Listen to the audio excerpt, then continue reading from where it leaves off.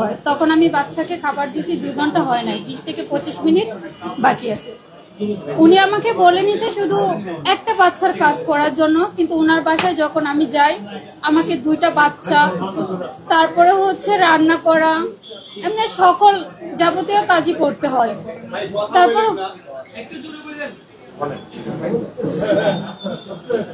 তারপরে হচ্ছে যে আমি বাজারে লিস্ট লিখতে মানে রান্না করার কোনো কিছু নয় বাজারে লিস্ট লিখে বলছে দেওয়ার জন্য তখন আমি বাজারে লিস্ট লিখতে যাই যাওয়ার পরে আমাকে যে সৌরভ নামে যে আছে উনি আমাকে বলতেছে বাচ্চা নাকি কান্না করতেছে বলতেছে পিঙ্কি বাচ্চাটা কান্না করতেছে তুমি বাচ্চার কাছে যাও তুমি কি করো আমি বলছি যে আমি বাজারের লিস্ট লিখতেছি কি কি লাগবে পরে বলতেছে এটা একটু পরে করো পরে আমি বলছি যে ভাইয়া আপু তো বলছে এখনই দেওয়ার জন্য না হয়তো আবার অশৃঙ্খল ভাষা দিয়ে বকাবকি শুরু করব আমার হয়ে গেছে আমি যাচ্ছি তখন বলছি ঠিক আছে তখন আমি বাচ্চার কাছে যাই যাওয়ার পরে 15 থেকে 20 মিনিট পরে আবার সৌরভ আসে আসার পরে আমাকে বলতেছে যে পিঙ্কি ওকে একটু সলিড খাবার দাও তখন সলিড খাবার আমি বলছি ভাইয়া 20 মিনিট কি 25 মিনিট বাকি আছে তো 2 ঘন্টা হয় নাই তাহলে একটু পরে দিই আর এখন আমি দুধ দিই উনার হচ্ছে যে বাচ্চাটা আগে যে রাখতো ও একটু মাঝে মাঝে এরকম ভাবে দুধ দিত বাচ্চাটা কান্না করলে দিনে 1 থেকে 2 বার দুধ দিত তার জন্য আমি দুধ দিচ্ছি তারপর হঠাৎ করে ওই ওর মেকআপ রুম থেকে মানে ওইখান থেকে বইকে বইকে আসতেছে আর বলতেছে তুই কার কথাই দুধ দিস আমি আর কোনো কথা বলি না মানে আমার দাঁড়াইছে দাঁড়ানোর পরে বলতেছে যে দুধ কি দিয়ে বানাস তখন আমি দুধ যেভাবে বানাই ওইভাবে বলছি পরে এটা বলাতে পরে বলতেছে কি যে তুই কার অনুমতিতে দুধ দিতেছিস আমি বলছি যে আপু আমি তো আগে যে মেয়েটা তা রাখতো ও তো দুধ দিতে একটু কান্না করলে এটার জন্য 2 ঘন্টা তো হয় নাই এটার জন্য আমি একটু দুধ দিচ্ছি এটা বলাতে মানে অশৃঙ্খল ভাষা গালিগালাজ করতেছে করার পরে আমি কোনো চুপ থাকি না যে এভাবে তাকায় রয়েছে ওনার দিকে কয় তাকাইতে হচ্ছে কেন বলে আমাকে থাপড়াইতেছে কিন্তু সৌরভ নামে যে উনি দাঁড়ায় ছিল উনি কোনো কথাই বলতেছে না অথচ পরীকে ধরতেছেও না যে এটা কেন মারতেছেন তখন আমি নিচে পড়তেছি আর উঠতেছি এভাবে আমাকে 20 থেকে 25 মিনিটের মতো এরকম 30 মিনিটের মতো তাপড়াইছে তাপড়ানোর পরে আর আমি কোনো করতে পারি নাই আবার যখন আবার উঠতাম তখন আমার চোখেও দিছে আমাকে মারছে আর বলছে যে তুই কি করতে পারবে তোর তো কিছু করারই যোগ্যতা নাই আমার তোরে মায়েরা যদি বক্সে বইটা রাখি আমার 2 কোটি টাকা যাবে আর কিছুই হবে না আর আমার অনেক আছে এগুলো বলে তা আমাকে তো মারতে আছে আমি নিচে পড়তেছি আর উঠতেছি তখন আবার আমি এর মাঝখানে আবার সেন্সলেন্স হয়ে যাওয়ার পরে ওরা আবার ডাক দেয় যে বৃষ্টি নামে একটা মেয়ে ছিল যে বলতেছে আপু ওর অবস্থা অনেক খারাপ তাহলে তখন আমাকে বরফ দিয়ে যে চোখ ফুলে গেছিল বাম চোখ ফুলে যাওয়ার পরে বরফ দিছে বরফ দেওয়ার পরে আবার নাফা ট্যাবলেট খাওয়াইছে এগুলো ওনারা করছে তখন আমি একটু যখন কথা বলতে পারি তখন আমি ওনাদেরকে বলছি যে আপু আমি আপনার পায়ে পড়ি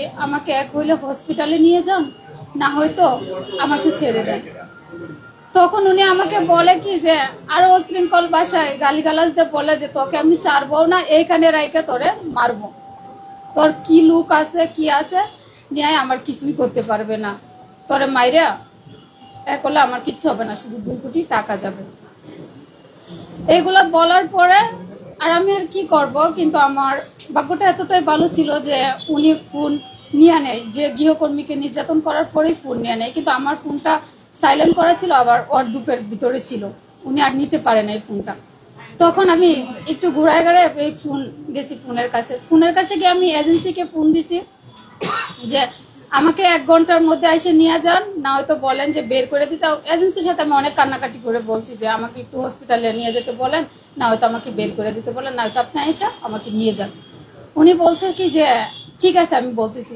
ওই ঠিক আছে বলে 2 থেকে 3 ঘন্টা চলে গেছে আমি ফোন দিতে এসেছি উনি ফোন রিসিভ করে না পরে আবার ফোন রিসিভ করে বলে কি যে পরি ঘুমাচ্ছে এখন ওকে কল দেওয়া যাবে না ঘুমাইতেছে ঘুম তারপরে আর আমি কি করব এখন আমি বেরোতেও পারি না বৃষ্টিকেও বলতেছি বৃষ্টি আপু আপনার পায়ে পরে আপনি বের করে দেন বৃষ্টিও বের করে দিবে না তখন আমি নিরুপায় হয়ে আমি 999-এ ফোন দিই 999-এ ফোন দেওয়ার পরে ওনারাও বলছে যে আসতেছি মানে নাম্বার দিতেছি। ওনারা নাম্বার দিতে দিতে লেট হলে আমি আবার ফোন দেই, এরকম অনেক বিরক্ত করি ওনাদেরকে। তারপরে এসআই যে আরিফুল ইসলাম বাটারা থানার, ওনার নাম্বার দেয়, ওনাকে ফোন দেয়।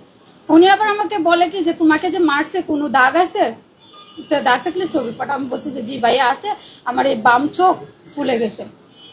তখন উনি আবার চোখের ছবি দিলাম, দেওয়ার পরে উনি আবার দেখলো, দেখে আমি আবার ওনাকে বলছি যে ভাইয়া যদি আমাকে উদ্ধার করতে পারেন, ওইখান থেকে নিতে পারেন, তাহলে আপনারা আইসেন। আর যদি মনে করেন যে নিতে পারবেন না, তাহলে আসার কোনো দরকার না, হয়তো আমাকে আরো নির্যাতন করবেন। বলছে যে ঠিক আছে, তুমি ভয় পায় না, আমরা তোমার বাসার পাশে আছি, আর আমরা তোমাকে নিয়ে যাব, আধা ঘন্টার মধ্যেই নিয়ে যাবো। তখন ওনারা আধা ঘন্টার মধ্যে যখন হয় নাই, একটু লেট হয়ে গেছে, তখন আমি আবার ওনাকে ফোন দিছি, বলছে যে আমি আসতেছি তোমার বাসার পাশে। উনি আবার আইসা ওনার ম্যানেজারকে ফোন দেয় যে আপনাদের বাসায় এরকম নামের মেয়েটা ফোন দিছে, তো এরকম হয়েছে। এর আগে আমি ওর ম্যানেজারকেও বলি, ওর ম্যানেজারও ওর বুবুর ক্ষমতা দেখাইছে, কয় জানিস আমার বুবুর কত ক্ষমতা, তুই আমার বুবুরে কিছু করতে পারবে, তুই কেন এমন করতেছিস? বুবু ঘুম থেকে উঠবে, তারপর আমরা ফোন দিব, তারপরে একটা ডিসিশন দিব, তারপরে তুই যেটাই কর, এগুলো বলছে। বলার পরে তো আমি 999-এ ফোন দিলে পরে ওই আরিফুল ইসলাম আবার ওনার ম্যানেজারকে ফোন দিছে। ফোন দেওয়ার পরে যখন শুনতে পারছে, তখন আর পরির ঘুমও নাই, কোনো কিছুই নাই। তখন ও আবার ক্যামেরায় অশৃঙ্খল ভাষাতে বকাবকি বলতেছে যে ওকে বের কর তাড়াতাড়ি, পুলিশ আসতেছে, বের কর। তখন ওই যে বৃষ্টি নামে মেয়েটা আমাকে বুরকা পরার টাইমটাও দেয় নাই যে আমি বুরকা পরে এখান থেকে বেরোবো। আমি যে অবস্থায় ছিলাম ওই অবস্থা থেকে আমি ওইখান থেকে বের হই। বের হওয়ার পরে আমি গেটে আর দেখতেছি যাইতে পারতেছি না, এরকম রিক্সায় নিয়ে গেটে দাঁড়ায় থাকি। দাঁড়ায় থাকার পরে ওই যে পুলিশ এসে আমার অবস্থা দেখার পরে আমি আবার ওইখান থেকে, পুলিশ আমাকে জিজ্ঞেস করছে তুমি কি যাইতে পারবা? না, আমরা তোমাকে কোনো হেল্প করবো। আমি বলছি যে না, আমি এখান থেকে হসপিটালে যাব। তখন রিক্সা অর্ধেক পর্যন্ত নিয়ে যাইতেই মানে আমার অবস্থা আবার খারাপ হয়ে যায়। তখন ওই রিক্সা আবার আমাকে সিএনজিতে তুলে দেওয়ার পরে উনি আমাকে কর্মীটলা হসপিটালে নিয়ে যায়। কর্মীটলা হসপিটালে গিয়েও আমি অনেকক্ষণ বসার পরে ওনারা করে তারপরে আমাকে 2টা ইঞ্জেকশন দেয়।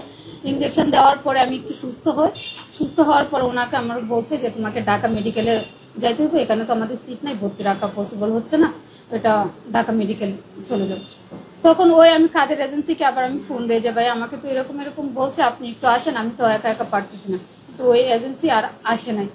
তখন আমি আবার ওই এজেন্সির কাছে যাই, এখান থেকে ফিরে যাই যে এজেন্সির কাছে যাওয়ার পর আমি এজেন্সিকে বলছি যে ভাই আপনি আমাকে যখন দিছিলেন, আমি আপনাকে তো বলছিলাম যে এরকম ভাবে যাতে মাইদুর না দেয়, ভখা না দেয়।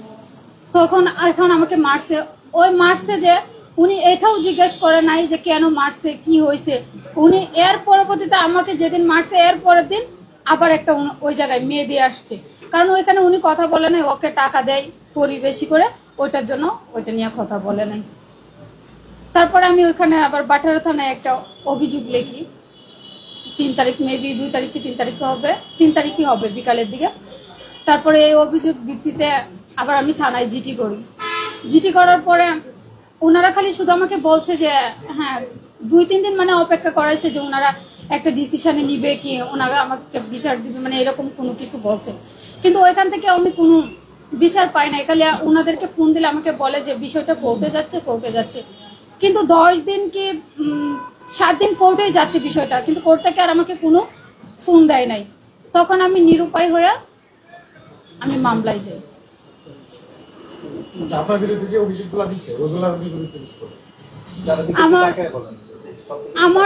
যে অভিযোগগুলা দিছে এগুলা হচ্ছে কি, ওর এখন ওইটা দামা চাপা দেওয়ার জন্য, মানে করার জন্য, ওইটার জন্য বলতেছে যে এগুলা সব মিথ্যা।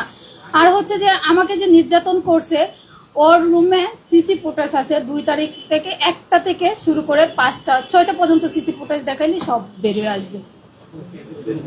আচ্ছা, এর আগে যখন আপনি হসপিটালে চিকিৎসা নেওয়ার সময় যখন আপনি সাংবাদিকদের সাথে কথা বলেছিলেন এবং সাংবাদিকরা আপনার কথা অনুযায়ী তারা যে আসলে যে গণমাধ্যমে যে নিউজগুলো প্রচার করেছিল, এর বিরুদ্ধে প্রায় 4টি গণমাধ্যমের নামে কিন্তু মামলা দিয়েছে যে গণমাধ্যমগুলো অপপ্রচার চালিয়েছে, এমনটি তার দাবি।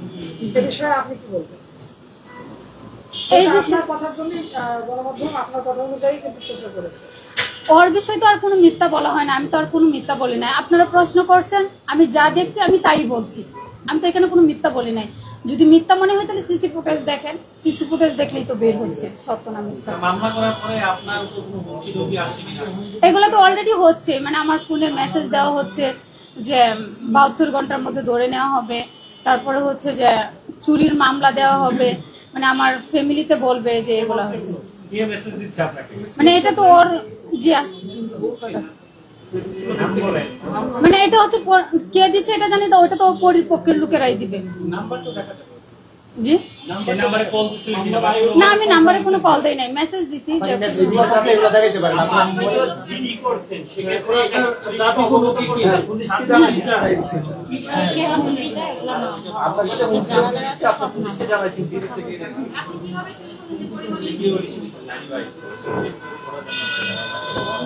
কারণ হচ্ছে এর আগে তো আমার এরকম কোনো কিছু আসে নাই মেসেজ যে মানে এরকম। এটা পুলিশকে আপনি জানাইছেন কিনা আপনাদের যে হুমকি টুমকি আসতেছে?